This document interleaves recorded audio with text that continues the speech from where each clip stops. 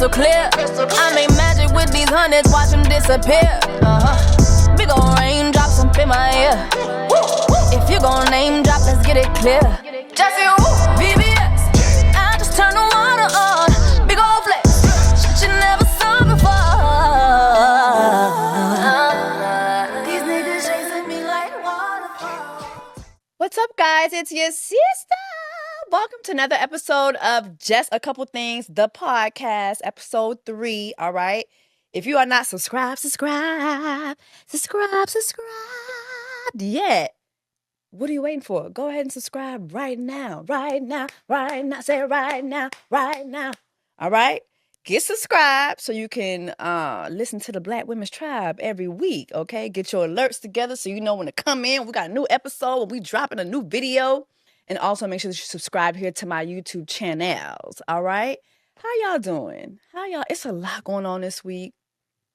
So much happened last week, then coming into this week, it's a lot going on. How was you guys' Labor Day weekend? I had a very eventful Labor Day weekend. Like, I went to North Carolina with Mr. Easter. I went and visited his family for the first time. I met all his family. So there will be a family vlog of me meeting his family. I'm just trying to figure out how to edit because, see, I know my family. I know what my family can take. I don't know what his family can take. So it's like, I'm going to edit it and I'm going to let him see it. And then if he approves, I'm gonna post it. But his family was a time. Like, we had a time last night. His family was a time. It was really good meeting them. The food in North Carolina sucks. My God. Before I went to North Carolina, I did put in my threads, hey, y'all, I'm going to North Carolina. I would hate to Keith Lee, y'all. I would hate to say, as you can see, I have no food in my hands. I would hate to Keith Lee, y'all. North Carolina has horrible food. Like, it's just horrible. I was there for 4 days, and for all of 4 days, I was extremely constipated. Like, this is such TMI, but I was so uncomfortable. Every meal that I ate, it's like it was piling up because I didn't finish digesting the one before. Just nothing really tasted good to me. The only spot we went to that was good to me, that tasted good, was we went to this dessert bar late night one night, and it's called Crave. They had this like apple bake with ice cream. Amazing. My Mr. Easter's brother was like, "Whoa, damn, she got to it, didn't she?" Like, I literally just went down there, didn't come up till I was done, and I thought Mr. Easter was looking at me like, "Are you okay? Like, what's going on? I've never seen you eat like that." Maybe it wasn't just that the apple bake was good. Maybe I just was fucking hungry because like nothing we were eating was good. What else? We did go to the Cheesecake Factory. I enjoyed that meal. One thing about it, the Cheesecake Factory gets so much hate online, but every time I go down to the Cheesecake Factory, it's full. Every time. Every time I go down there to the Cheesecake Factory, it's packed, full. There at least a 30-minute wait. Now, this is a thing that I like to do. I don't like to wait on no tables, especially if it's just me or it's another person. I'm not waiting on no table. I'm finna walk my happy ass over to the bar area, and if one of those high tops is empty, baby, I'm gonna sit my ass down. And I did that with Mr. Easter. He's like, what are you doing? I'm like, baby, come sit down. They ain't gonna come get us? No, baby. No, I know this is North Carolina, but trust me, we good. We could sit our ass down. And we sure enough did sit down at an empty high top table and got served immediately, period. He's like, you do this all the time? I was like, don't ask me no questions. Just sit your ass down. Let's go ahead and order this miso salmon. And let's get the fuck on, okay? But yeah, the Cheesecake Factory and Crave, those were my two favorite places to go to. We did do brunch at Restoration Hardware. I didn't know Restoration Hardware had food. I didn't know that. Food was decent. It wasn't all that. I mean, it was decent. I just was really disappointed. Like, the food there is really, it is a hell no. But yeah, I had a good time. I met my family in love. We are not engaged to be married. But I think that this summer, me and my man have done a good job of just like meeting everybody. This week, we're going to Montreal. He's going to meet my father. And I think that'll just wrap up the family meetups. Like there's a lot of cousins and aunts we haven't met on both sides, but we'll see them when we see them. Like, it's okay. But he's going to meet my father, and I'm really excited about that. And then that's how we're going to wrap up the summer. I'm tired. This summer really kicked. I have traveled so much this summer. I do not want to see another airport. Like, after I go to Canada this weekend, I don't want to see an airport for a long, long time coming. Like, I don't want to see another airport. I'm talking about Sam Cooke long. Don't want to see it. Do not want to see it. Okay. But anyway, y'all. So let's get into Woo Child news. Woo Child news. Did y'all see that Phaedra Parks is gonna be on Dancing with the Stars? Woo Child news, y'all. Phaedra Parks is gonna be on Dancing with the motherfucking Stars. It's giving Watashi Wasta. She gonna be starring it up on Dancing with the Stars, and I think that's really, really cool. Variety released the news today, and I thought it was crazy because not only is she gonna be on Dancing with the Stars, but what's that girl name from Inventing Anna? Hold on, because I couldn't believe it. I could not believe this shit.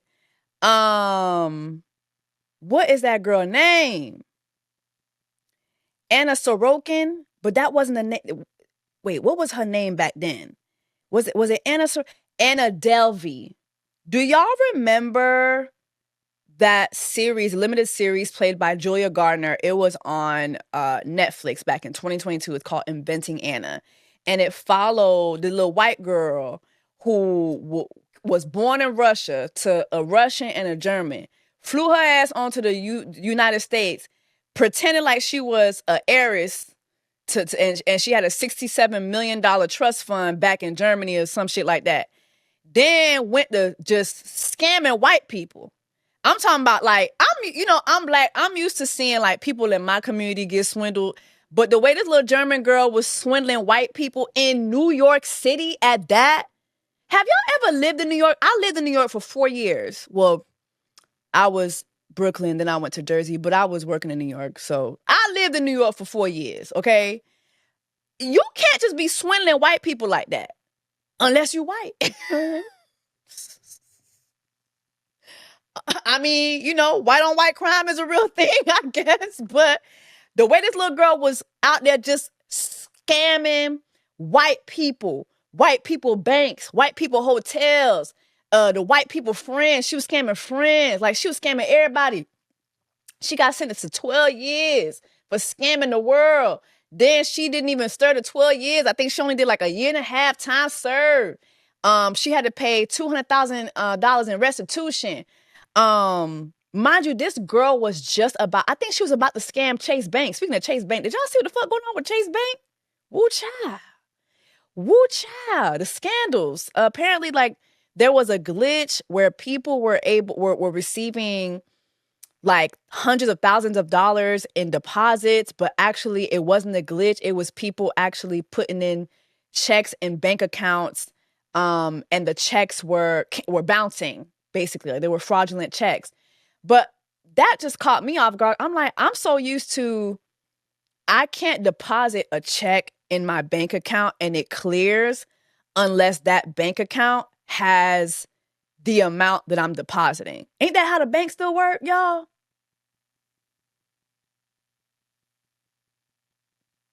Please drop down in the comments and let me know. I'm not a fraud. I ain't no fraud now, so I don't know. But I always thought that's how it worked. When you're depositing a check, you must have that amount in your bank account for that check to clear immediately. Otherwise, it takes, 3 to 5 business days, 7 to 10 business days, depending on the amount. I used to be a teller. That's how it was back then. I don't know what the fuck going on now, but y'all are going to jail. Listen, I don't know. You know what? Maybe Kamala doesn't need to run for president. Maybe I need her to go back to being an attorney general or a prosecutor so she could throw y'all ass in jail. Y'all need to be in jail. Jail, whoa, whoa, whoa, jail. You're going to jail. Y'all need to go to jail. Y'all not tired of scamming? Wasn't y'all tired? What was it? The PPP loans, people. You know, I regret never doing a PPP loan. Cause y'all didn't go to jail. And if y'all did go to jail, y'all ain't stay for long. And y'all not really paying restitution like that. So maybe I should got my fraud on during the panoramic. But, you know, anyway. Jail orange is not my color. But anyway, girl, Anna Delvey finna be on Dancing with the Stars. What the fuck kind of country are we living in? What the fuck? This bitch got an agent. What? This bitch is a celebrity dancing with the stars. Stop. Watashi wa stop. Like, what kind of country do we live in where dancing with the stars? Anna Delvey, the fraud.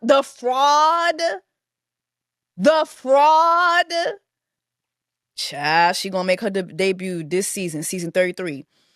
What else in Woo Child news, child? Woo Child. Oh, well, this is not really a Woo Child case, but this is breaking news. Breaking Woo Child news. Y'all remember the TikTok series, Who the Fuck Did I Marry? Bitch, Risa Tisa done landed a deal with Natasha Rothwell. So Natasha Rothwell is going to star and produce in the television adaptation of Who the Fuck Did I Marry? Can y'all make some noise for that shit? This is black women. During Black Women's, thank God Tyler Perry didn't put this out, Black Women's Month. Natasha Rothwell will be starring and producing in a Who the Fuck Did I Marry TV adaptation series brought to us by the great Risa Tisa. I am really happy about this. Now, for those of you guys who don't know Natasha Rothwell, what the fuck is going on with you? You know what that is? Growth. All right. We know her from her growth on Insecure. She killed that role. She's in White Lotus. She has a series that is premiering, I believe, this month. Let me see. Called How to Die Alone on Hulu. And I believe the series is coming about through her production company. What's her production company name? I think it's called Big Hattie or something like that. Big Hattie Productions, period. Big Hattie Productions. Yeah, that's how she's gonna be producing the show. I'm really excited to see it. I'm happy Tyler Perry didn't get it. I'm happy Lee Daniels didn't get it. Lee Daniels would have made Risa Tisa a white woman. We're gonna get into that later on. But he would have made her a fucking... What's that white lady who got caught saying the N-word, but she was frying chicken? She was frying chicken so damn good. What was that little country-ass lady who got canceled for saying the N-word? Hold on. Paula Deen. Baby, if Lee Daniels would have got a hold of Why Did I Get Married, baby, he would have had Paula Deen playing Risa Tisa. We're gonna get into that. But yeah, I'm really happy about this. I'm really happy for Risa Tisa. I think this is crazy, but we've seen this before, right? There was that Black woman years ago, the Twitter story that went viral. Hold on. See, I should did all this research before I got on here, but she had a Twitter story that went viral and that got turned into a movie. Zola. We saw Zola happen. I think Zola happened back in like 2018. Then the movie came out 2020. So, you know, Risa Tisa is the first person to do this from TikTok, right? And it was just amazing to see. Who didn't sit around their phone and listen to Who the Fuck Did I Marry? Like, it was just such a fucking crazy ass story, and it showed just a certain level of willful stupidity on Risa Tisa's part. But it just was so enjoyable and relatable because so many of us have been there. Probably not to that extreme, and especially not given what her husband looked like. I still couldn't believe what he actually looked like. But it just was such... That shit was like... It was a movie, just the way she described it. Her storytelling skills. It was amazing. So it's really happy. It's really good to see her land this. But also too, I remember around that time there was so much discord like in the influencer community because like me personally, I had several people that I knew who had shown me emails like from their teams like, can you be more like Risa Tisa? Can you kind of like get online and give like a crazy like 10-part, series style story? And so many women tried to emulate it. Risa Tisa wasn't the first person to do it, but I think hers just took off the way it did for so many reasons. Number one, she wasn't trying to sell us nothing. She didn't get on camera and start powdering her face, start contouring her makeup, doing a lip combo. Oh, and by the way, this is Mac Chestnut with Fuzzy by Fenty Beauty. No, she just got her happy ass on camera in a bonnet sometimes. Sometimes she was in a bonnet. Sometimes she was in a wig with, you could see the lace lifting. Like, it was relatable. It was like talking to your homegirl, and it just was relatable. And I feel like so many people tried to emulate that, and then that bus kind of drowned. So, from time to time, we'll get another like several part series, but it's gonna take a lot. Some like for us to see another Risa Tisa moment, bitch, you gonna have to come through with like a Jeffrey Dahmer ass story. Like, I'm talking about, you're gonna have to come through and let us know that your neighbor was eating torsos and shit like that. Other than that, baby, you're not gonna get signed to CAA, all right? Speaking of CAA, Risa is on CAA and so is Natasha, period. So CAA killed that. They ate that. I was rooting for Danielle Pinnock, who's on Ghosts. Hopefully she has a part in the movie. But Natasha, everything Natasha does, she eats. So period, Natasha, period. Okay, last Woo Child news. Okay, Woo Child news. Woo Child. This is the Woo Child segment. Did y'all hear about the lady from North Carolina who went to Haiti for a voodoo retreat?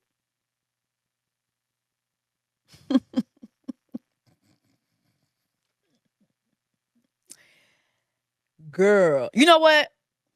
Let me play the story for y'all. Hold on. Let me find the story. Okay. Let me find the story.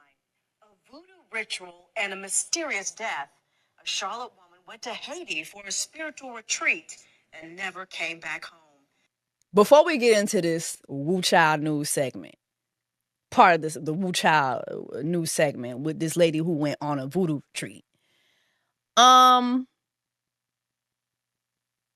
Let me tell y'all something. During Black Women's, there's no such thing as a voodoo retreat. Black Women's Month, okay?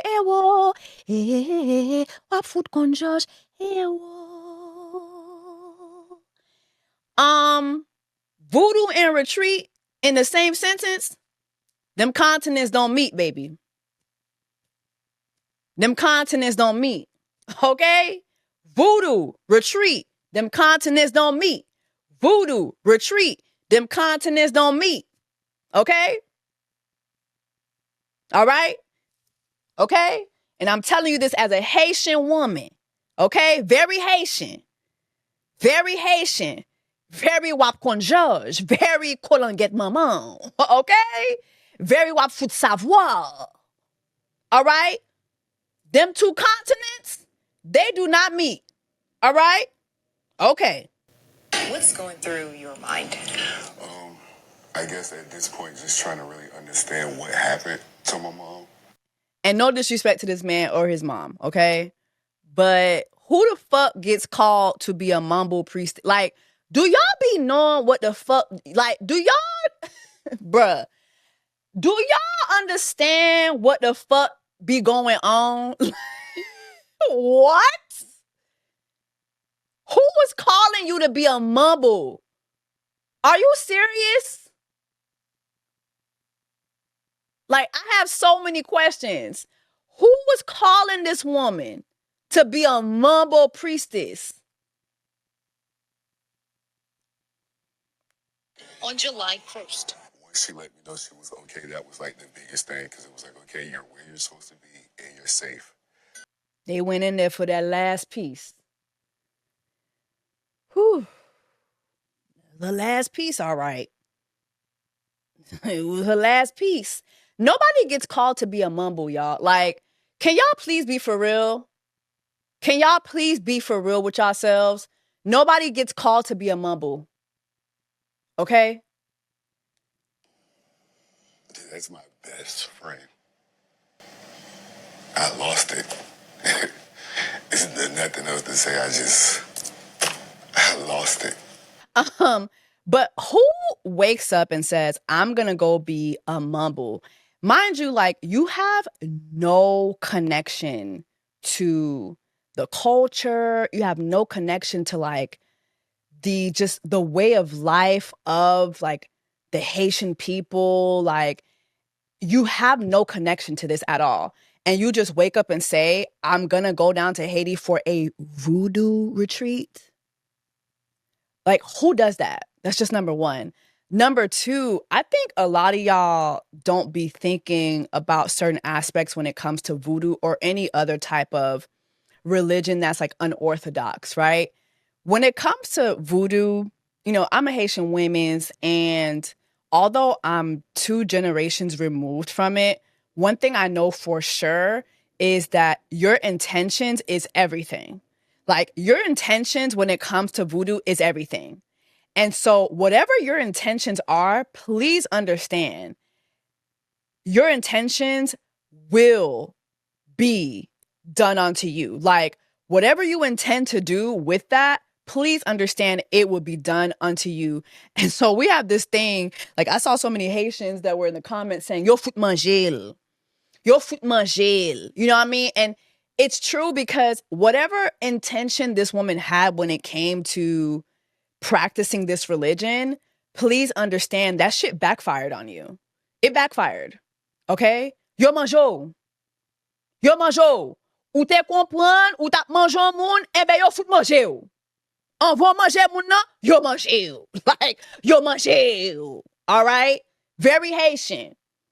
Very wap fout kon George. Very kon get maman. Very wap fout savoir. Like, you know what I mean? Like, whatever your intentions are, please understand. And that doesn't just go for voodoo. It goes for all that shit. That Santeria, all that shit. Black magic, all that shit. When y'all be thinking y'all just gonna go in and practice this shit for whatever the reason, maybe somebody done fucked up with you, somebody done fucked you over, or somebody done did you wrong, and you know what? I'm gonna go get my voodoo on, baby. Please understand, whatever you intend to do with that, it will be done onto you 10 times over. You don't just wake up and say, I'm finna go down to a voodoo retreat. No, ma'am. That's not how that happens. That's not how that happens, okay? So yeah, let me know your thoughts on that. But apparently, you know, the son has done another interview, and, you know, he's just asking for more questions, like, where's his mother's body? I believe he still hasn't been given a body. He's not told exactly what happened to her. From what he's been told, basically, like, they did this last ceremony and she kind of just had like an outer body experience, and then her heart gave out. Boom, she's gone. Like, that shit is crazy. But I thought that story was a good story to start off with, because going into the story of the day, like, my main topic for this episode is the deliverance, right? And you have the deliverance where Lee Daniels makes this movie that is based on a true story. And, you know, it has a lot to do with, I don't want to say black magic, but it has a lot to do with just spirituality and the other side of spirituality, demonic spirits, you know, exorcisms and all that stuff. Like, it has a lot to do with that. And when I was seeing all the discord over the deliverance, it made me think of this lady who left North Carolina. And before I get into the deliverance, last note too, you know, I was in North Carolina this past weekend. I saw a restaurant called Papa Ducks as we were driving into South Carolina. It's this restaurant called Papa Ducks. I thought that was so interesting. I'm like, damn, they named this restaurant after a Haitian dictator. I thought that was very, very interesting. Also, in North Carolina, there is a community in Durham, which is called Haiti, or they call it Haiti. It's spelled Hayti. And in I believe the 1940s. No, actually, no. It was actually back in the 1800s. Haiti, North Carolina. It's in Durham, North Carolina. And yeah, it was, okay. These are pictures. I'm seeing pictures from 1940. So in the 1940s, Haiti was kind of like North Carolina's Black Wall Street. And it was named after Haiti. And it was a community where a lot of Black successful families lived. And I thought that was interesting. And I looked at like just voodoo or hoodoo, when it comes to North Carolina, what does that look like? And there seems to be like a hoodoo community which resembles voodoo. Like we know that, these practices are from our ancestors in Africa. But I think what has happened over time with hoodoo and voodoo is intentions. Like when I look at places like Haiti, voodoo was so instrumental in freeing Haitians from slavery. But that's when like the intentions were pure. The intentions were, to stay in contact with your ancestors and to be led by your ancestors. You know what I mean? Now people go and they practice religions like voodoo as a get back. I have a friend of mine who, well, I'm not friends with that bitch anymore, but I haven't been friends with her over a decade.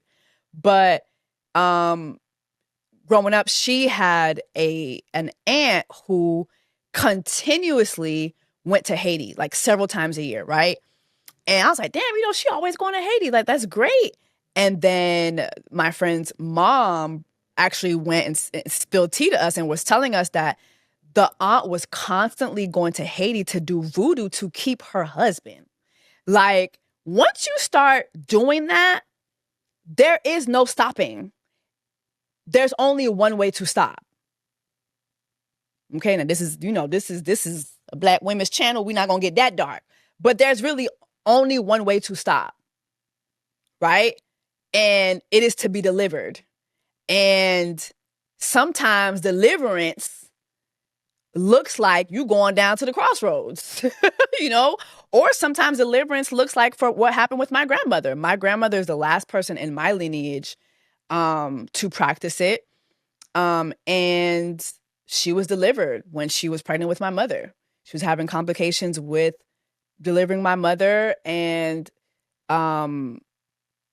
the voodoo priestess that she went to try to help her nobody in her, in her village could help her deliver my mother. And so she went to the voodoo priestess, and the priestess was like, you need to go to the church.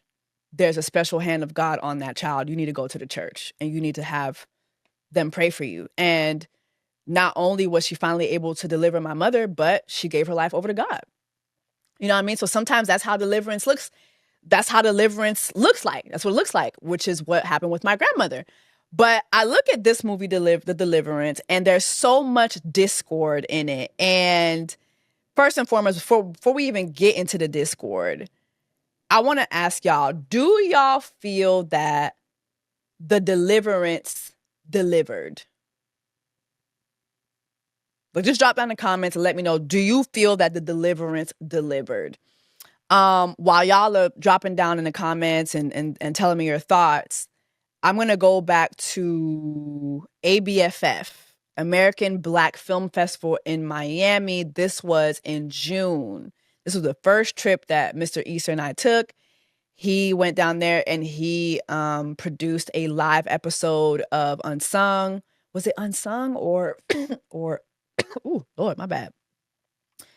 It's a TV One show that, Lord, my bad. Sorry, Lord. Sorry, Mr. Easter. You're going to see this and like, girl, you got my show wrong. But he did an Unsung with Trina, and it was really, really good. But anyway, we were there and we got invited by Netflix, My Strong Black Lead. Shout out to Strong Black Lead. They are a a kind of like a Netflix entity that focuses on Black actors and people of color. Black actors. I believe there's Con Netflix or something like that, which is like for the Latinos. Like, you know, every community tends to have their like Netflix platform just to shine a light on the people from that specific community. But anyway, so they did. We got a special preview of the Deliverance back in July. So when we got the preview, I was like, oh, this movie is going to be amazing. It was, if you have seen the movie, it was a part of the scene where Monique's character goes to visit Audra Day's character in her home for the first time. And she's talking to her about the kids, and she's giving her the business. And as Monique is leaving, you have Glenn Close, who in the preview, I don't think I even knew what to think about who Glenn Close was going to be in the movie. But I didn't put two and two together that she was Audra Day's mother. She just was like this random white lady in the background smoking while Monique was giving Audra Day's character the business. But anyway, seeing the preview, I was like, oh my God, like Monique is about to make a comeback, bitch. Like, this is going to be Monique's fucking moment. Like, cause she ate that scene up. If you have seen the movie, you know what scene I'm talking about. She ate that scene up. And so I remember seeing the scene, and if you're like in my for members only, I believe you saw a little bit of it too in my Miami vlog that I dropped in there. But anyway, so fast forward to 2 weeks ago, we go to the Deliverance premiere here in Atlanta. Lee Daniels was there, Audra was there, all the guys, all the kids was there, played the kids except for the daughter. T.S. Madison was there, like the who's who from Atlanta was there. And so it's time to watch the movie. And I remember just being underwhelmed. I think that's the best word to describe just how it felt watching the movie in the theater. I fell asleep several times. Now, me and Mr. Issa, I think we got narcolepsy or something like that. I don't know what the fuck going on, but we cannot make it past 9:30. Like 10 o'clock, we're done. We're dead to the world. But yeah, like I fell asleep several times. What was underwhelming for me, I think that the plot just took too long to thicken. Like it took too long to get to the plot for me. The plot for me, to be honest, is in the last 15 minutes of the movie. Like, we're just seeing a bunch of people talk to each other, and it's clear that they all have issues with each other, but we're not really being given any meat for what their issues are with each other. It's just a bunch of people talking to each other, and you got Audra Day and Glenn Close calling each other all types of bitches and hoes and tricks, and then you got, you got Omar Epps, who just, what the fuck? The Omar Epps is, tongue wrestling with the Glenn Close, from time to time in the movie. And, first time we see him is when she down to the cancer place getting her cancer treatment that her daughter's paying for, but she don't really realize her daughter's paying for it. Omar Epps is her little side nigga. That kind of hits different because, she white. So, I don't know. The cast themselves, to me, did a phenomenal job. Like, the little boy who played the most possessed, who was walking on the walls, I'm shocked to see how nobody's talking about the way he delivered in that movie. Like, he performed so well. Like, everybody performed well. It's just, to me, I just didn't understand where the script was going. You have Audra Day, who did Audra, to me, is a phenomenal actress. Is it me or she resembles Rihanna? Like, I just feel like I'd be having to take a double take at her. But I'm like, Rihanna, is that you, girl? Is that you, girl? She did a phenomenal job, but I didn't get it. But she did a phenomenal job, right? Like, for instance, one thing I didn't understand, right, is that she had no relationship with Christ whatsoever. But then at the end of the movie, all of a sudden, she is a Christ fanatic. And she performs this thing in her home where she calls on the name of Jesus and, you know, all the spirits go away. But it's just like, okay, how did we get here? You have Ingenue Ellis, who, to me, I'm sorry, y'all not giving Ingenue her flowers enough for me for the way she delivered her role. Everybody's talking about this damn scene. Everybody is talking about this damn scene. Y'all know what scene I'm talking about. It's this scene right here. Let me see if I could play it. What?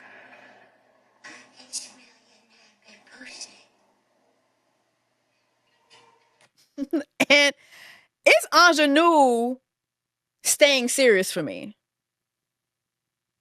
Do you know what level of acting you have to have for Glenn Close to be laying in front of you, shark teeth? Shark teeth.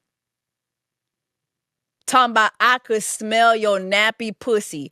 And you are still in character? Like, I'm sorry. Y'all are not giving Ingenue her things.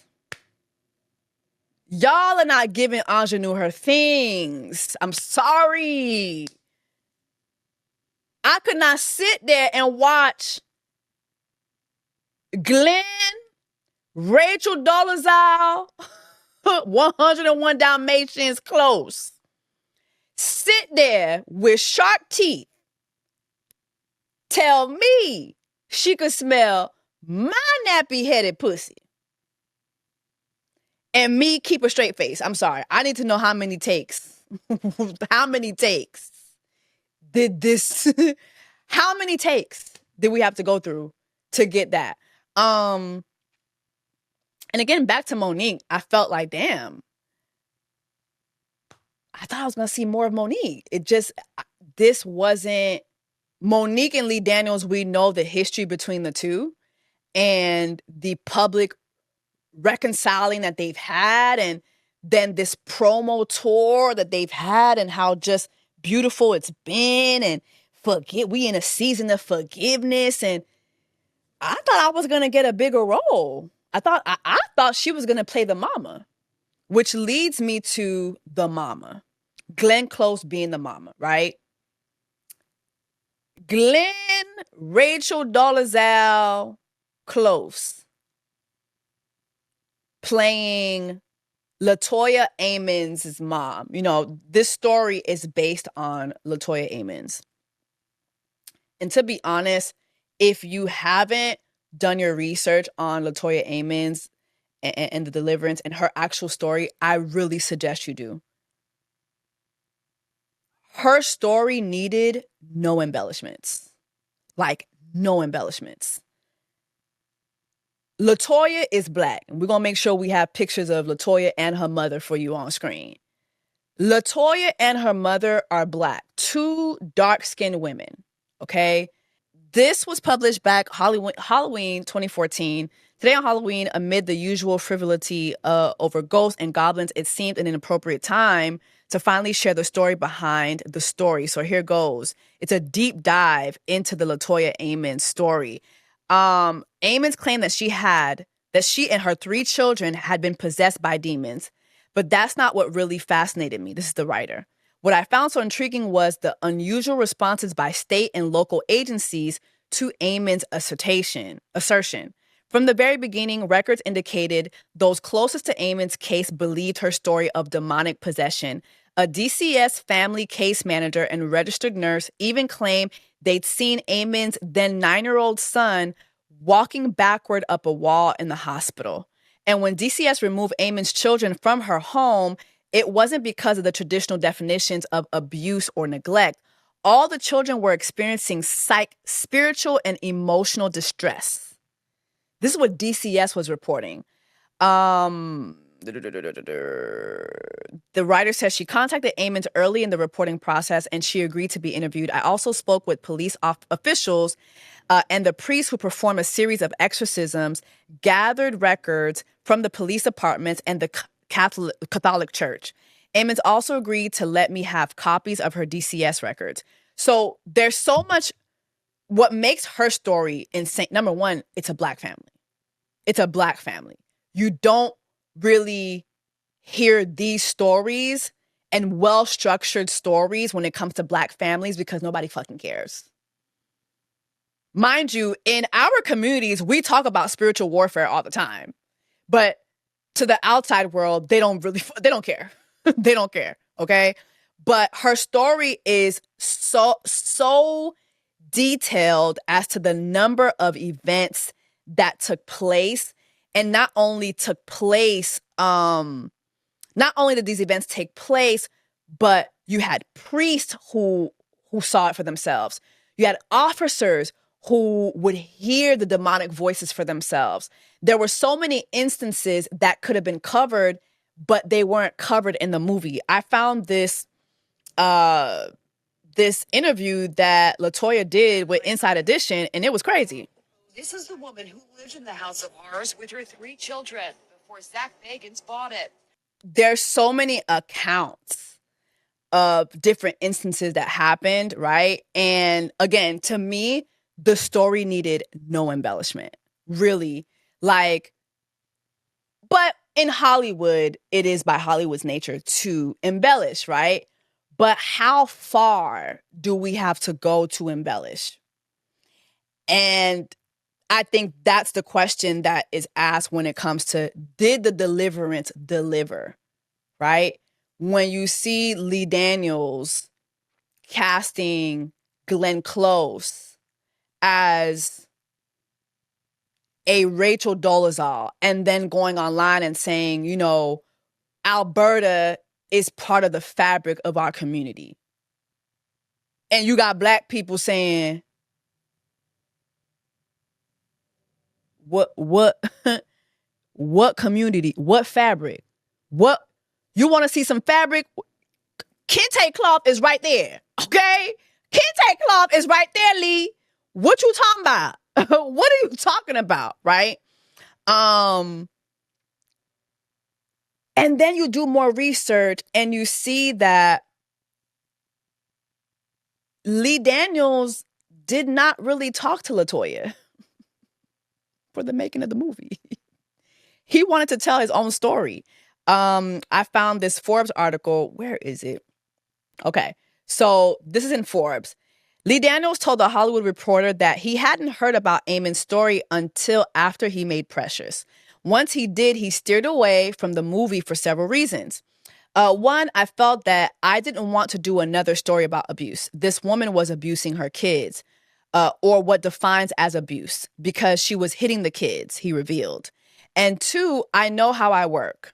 I'm an open portal, and I know what I demand. I know the spirit works through me. So what kind of spirits do I want on me? So I was just like, no, I'm not going to do it.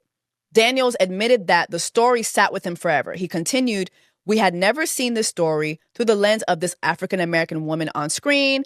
I just felt we're in such dark times. I don't think people really know how dark of times we are in. And I felt I needed to get reconnected to my higher power. Okay. So that was his reasoning for doing it. But then later on in the article, I'm trying to find it through my phone, but I read that he said that he talked to LaToya maybe twice. And then he veered off because he wanted to tell his own story. And so he definitely did that because her mama not white. Her mom's not white, right? And while I think Glenn Close is Glenn Close, it has been interesting, though, just to see people so excited to hear her say I can smell your nappy pussy. And that's just, this is what the role is reduced to. Glenn Close doing a sew-in on Audra Day's hair, and then her telling Aunjanue Ellis, I can smell your nappy pussy, and, you know, her having a side nigga. Like, it's just like, to what ends do we go to embellish? Why was LaToya Amons's real story not enough? Like I said, her real mother was not white. Another thing that didn't happen was there was no SA involved. Audra Day portrays to have been someone who experienced that, but there was no SA involved. So in the movie, you have Audra Day and Glenn Close who have this relationship that's strange because basically Glenn Close, her character, was selling Audra, you know, for $2 in a fix. When in real life, that's not the story. The story is basically LaToya buys this home and she buys a demonically possessed home, which is why it is so important. Like, I truly believe in buying a brand new home. I truly believe in that. Like, when I bought a home, it was brand new. And when I got the home, it's got to be prayed in. And when my family came to visit me last month, they prayed in it too. Like, I truly believe in that. Like, I truly believe that you do not know. When you buy a home from a previous owner, you have no idea what that owner and their family, their friends were up to in that home. I truly, as a Christ believer, I truly believe in demonic spirits. I do. I truly believe in demonic spirits, which is kind of why, like, half of me is very thankful to Lee Daniels for making this movie, because we do see a character like Aunjanue Ellis's who comes in and does this exorcism. She tells, you know, Audra Day's character about God and, you know, how God can heal and how, you know, God can deliver her and her family from these demons. And we see her battling the demonic world while using the spiritual world, right? But, like, I totally believe in that. Totally believe in that. When you're moving into a home, baby, especially if that home was previously owned by somebody else, you need to be praying that home down. Okay? You need to be wule wash la, wule wash. You need to be getting your wule wash la on. Okay? You need to be getting your wule wash on. Okay? You need to be getting your wule wash on. All right? And one thing about my mom and my family, they know how to wule wash. They know how to wule that wash. Okay? They know how to wule that. You need to be getting your wule wash on. But so yeah, I'm really thankful for that. But it's just, dang, like, I don't know. And then another thing too is, I have a question. Now, I'm seeing so many people from my community. Oh my God, Glenn Close really delivered that. And don't get me wrong, she delivered it. One thing about Glenn Close, she doesn't have an Oscar. It's crazy. The Oscar winner didn't have the big role in this movie. But anyway, she doesn't have an Oscar. She should. Glenn Close is very known for delivering characters that are really outside of herself. Like, when she acts, she comes out of her body. She doesn't just act. She transforms the way she looks. That's why you got her looking like Glenn, Rachel Dolezal, Mary J. Blige Close. Look at this picture. You can't tell me that's not from the dancery era from Mary J. Blige. It's giving crispy chicken, 3 cheeses, fresh lettuce, tortilla. Wrapped up in a. What was Mary J. Blige singing about them damn chicken tortillas? Crispy chicken. That's some of her best work. Crispy chicken. What's that new chicken rap? Crispy chicken, 3 cheeses.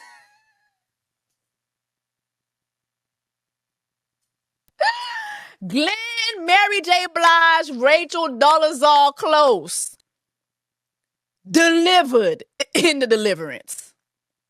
She delivered in the Deliverance. However, that is a far cry from being her best role. Okay? And it begs the question, why are people in my community so amazed with a white person cosplaying black? What is that? What is that? What is going on with that? Why do y'all be so amazed with that? So much so that when you have people rightfully critiquing this movie, it's, oh, y'all ain't never satisfied. LaToya Amon's mother was black. She was a black women's. During Black Women's Deliverance, Black Women's Month, she was a black women's. That's why people are not happy. She was a black women's. Black women's stories are enough. I don't know who needs to hear it. Black women's stories are enough. It's enough to drive seats into the theater. Okay? It's enough. It is enough. Don't get me wrong. I see why Lee Daniels casted Glenn Close.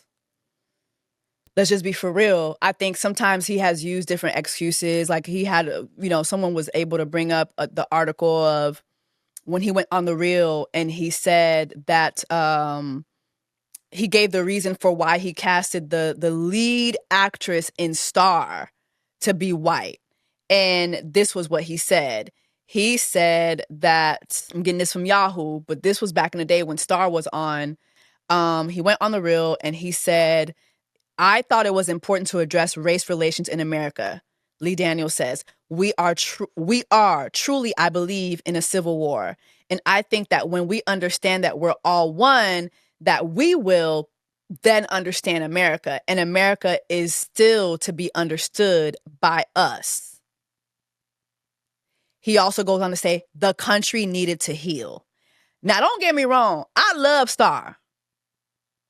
Okay? Watashi was Star. I love Star. Okay? I love Empire. I feel like after the 3rd season of Empire, though, I kind of just lost track. But I love Star. Okay? But baby, Star was not going to cause America to heal. It's giving Coke bottle. And remember when, what's her name? One of the Kardashian sisters or the Jenner sisters went, it was a full war going on. She had the Coke bottle. She gave it to the soldier. And all of a sudden, boom, the war was over. No, Lee. Lee, no. Okay? I wish Lee Daniels would just say, I casted this white women's because I want to get white eyes on this. Let's just be for real. Unfortunately, black movies don't get the push that white movies get. So let's just be honest. I wanted to cast her. I want to get white butts in the fucking seats. Like, can we be for real?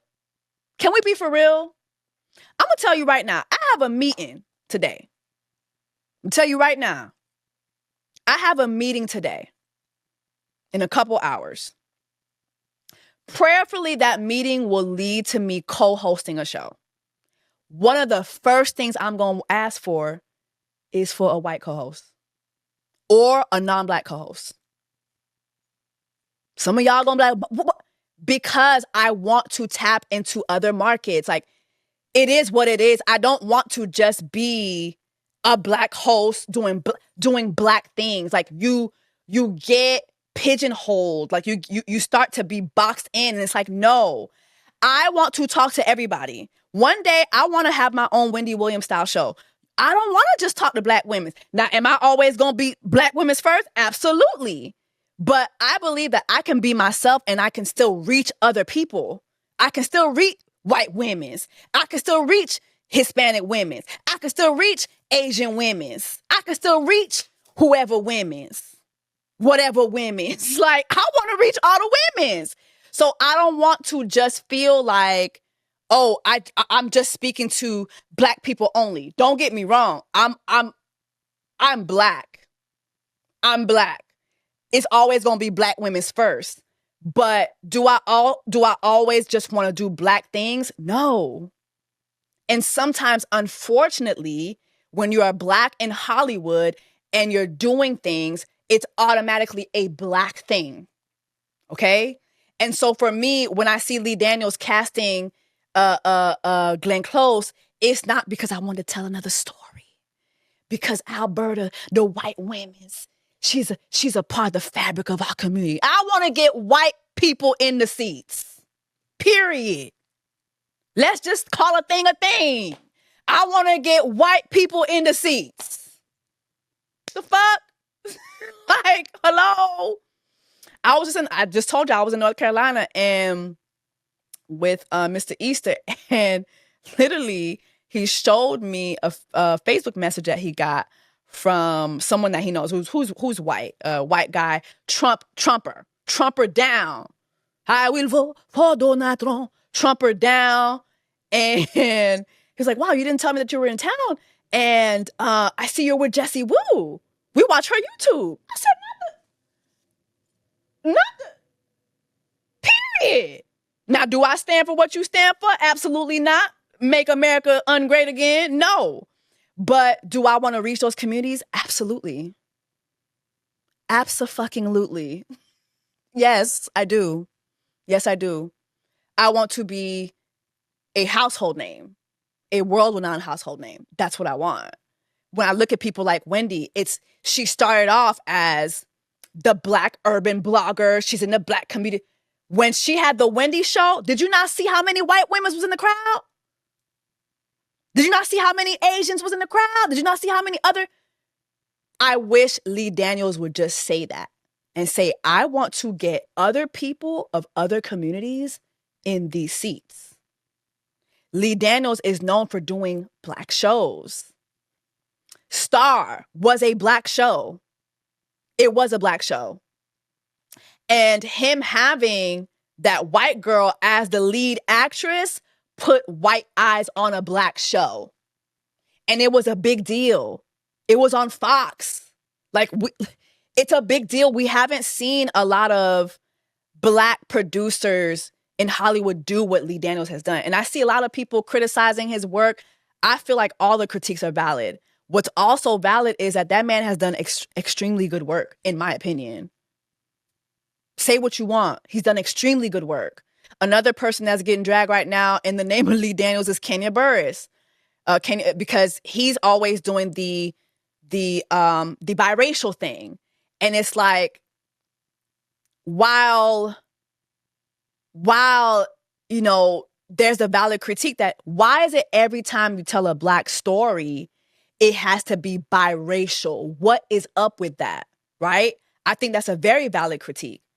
But also, this country is very bi-fucking racial, y'all. Like, it is biracial. We see a lot of black kids who got white mamas now. Biracials. You know what I'm saying? And so for me, I think my thing is when these producers answer these questions, I'm tired of we need to heal and they are part of the fabric of our community. I want to get biracial eyes on the project. I want them to feel seen too. I wish they would just tell that truth. Just tell that truth. And we could all just face it. You know what I mean? Instead of you just telling me some bullshit about, you know, no, absolutely not. Absolutely not. So I was going to be organized, but I just feel like I'm yapping. Because I have so many thoughts about the movie. But I think for what it's worth, the Deliverance delivered to me. And I'm going to tell you why. While the writing to me wasn't strong, it's proven to be very entertaining. Look at the tweets. Look at the TikToks. Look at the Facebook posts. Everybody's talking about it. Everybody's talking about this movie. So to me, that in itself, it delivered. It delivered. I don't know if it's gonna be a Jordan Peele type of movie where we go back and say, wow. I think like when it comes to black horror, black suspense movies, Jordan Peele's got that on lock. Jordan Peele has that on lock. And it is because he has every base covered. He has the writing covered, the casting covered, the music covered. Like, do you know how many people have tried to do the Jordan Peele effect now where they're taking I got 5 on it and now making it spooky, like taking all these songs that we know and love and making them spooky? That's the Jordan Peele effect. You know what I mean? Like, he has it all. So do I think the Deliverance in the long run, is it going to give the Jordan Peele effect? No. But when it comes to embellishment, although I feel like Lee Daniels did go a little too far with giving us the white mama, I feel like when it comes to embellishment, this is something that everybody in Hollywood does. Look at the Jeffrey Dahmer limited series. What's her name? The lady, Niecy Nash's character. You know, they positioned Niecy Nash's character to be Dahmer's next door neighbor. And in real life, she wasn't. She was living in another building, right? Embellishments happen for different reasons. Shock value, entertaining value, all these things. But I guess it's like, how far should one be allowed to push it? You know, and I don't know. I think sacrificing the actual story sometimes, there's certain aspects to the story I'm like, you know, like if I'm Latoya Amons, I'd be upset that you made my mama white. I ain't got nothing against white people, but my mama not white. Okay? My mama not white. So why is you making my mama white? You know what I mean? But at the same time, I get Lee Daniels' point of view, even if he doesn't want to say it. He wanted white. Glenn Close is bringing a whole other genre of people to come watch this movie, to lay eyes on this movie. So that translates into another opportunity for Lee Daniels. And maybe the next time he'll do it more to the story. Who knows? Also, if I was Latoya Amons, I'd be upset if you put in SA. I wasn't sexually violated. You know, if that's not really my story, don't put that in my story. And as somebody who is a victim of that, a survivor of that, I'd be very upset. Very upset. I would. I'd be very upset by that. But yeah, as far as I'm concerned, the Deliverance delivered. It delivered. Yes, I fell asleep in the theater. Maybe it was my narcolepsy. I'll probably try. I don't think I'm going to try to watch it again, though. I'm not. I think movies with that type of demonic tone, that's just not for me. It's just not for me. I'm a true crime girl, though. I'll watch Dahmer all day, but I'm not watching there were some scenes in that movie I'm just like, damn, like, did that really happen? Did the daughter really, like, did her period come on like that in front of everybody in her band class? Probably not. But he was probably trying to give us that Carrie, the vibe. Hollywood is Hollyweird sometimes. It is what it is. I don't know. But those are my thoughts on the Deliverance. And let me know. Let me know if you think the Deliverance delivered. I think it delivered. For what it's worth, I think it delivered in this social media times that we have. I think it delivered. It is sparking a lot of discussion. But yeah, my thoughts are my thoughts. And let me know if you agree with them. I think my biggest letdown, other than Glenn, Mary J. Blige, Rachel Dolezal, Close, being a white mama, a light-skinned mama, I don't know. I think my biggest letdown was Monique. I thought it was going to be a bigger role for her. I thought this was going to be like the comeback, like the big comeback. And so now I'm like, damn, what else is down the pipeline for her? Because I don't know if this really, I don't know if this really delivered for her. But hey, who am I? I ain't nobody special. Anyway, y'all, thanks so much for listening to this episode of Just a Couple Things, the podcast. Make sure that you like, share, subscribe. Leave me a review, honey, okay? 5 stars only, please. 5 stars only. Please don't piss me off. 5 stars only, okay? We do not do anything less than 5 stars over here. Also, make sure you subscribe here on YouTube. And yeah, I hope that you enjoyed this episode, and I'll see you guys next time. Bye. On my body and they crystal clear. I make magic with these hundreds, watch them disappear. Big ol' raindrops up in my ear. If you gon' name drop, let's get it clear. Jessie,